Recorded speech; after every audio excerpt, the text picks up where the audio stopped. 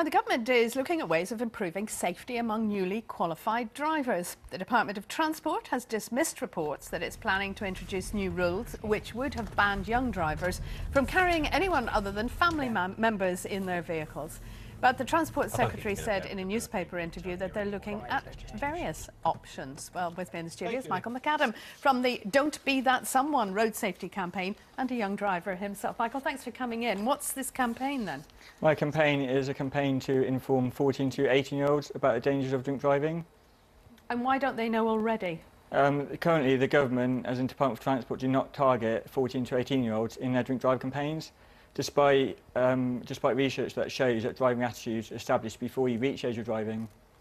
What about is it a myth, actually, that young people driving around in groups in cars are more dangerous than anybody else, or is it true? It's not a myth, it is completely true. However, putting restrictions on place is not the answer in our opinion. What is the answer? As I said earlier, because your driving attitudes are established before you reach age of driving, it's imperative that the government target 14 to 18-year-olds about driving attitudes and driving safety attitudes to change the overall behaviour of the young people. So what is that attitude and where does it come from? The attitudes stem from personal experiences and also the peers. So if your parents more likely, if your parents drink and drive, you're more likely to think it's okay to drink and drive.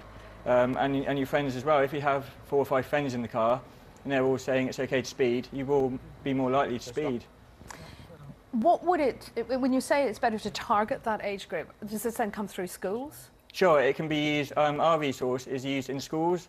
It's used by police cadets, youth groups, anywhere where there are 14 to 18 year olds present.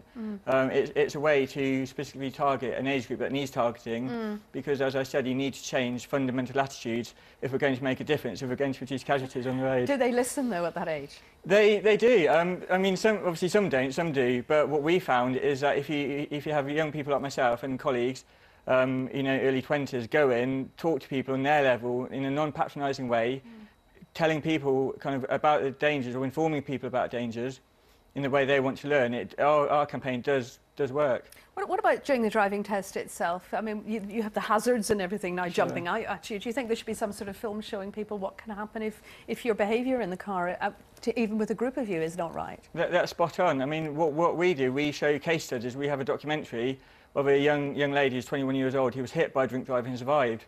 So it's showing young people kind of what can happen to them, you know, peer-to-peer education in a way that they want to learn. OK, Michael McAdam, thank you very much. Thank you.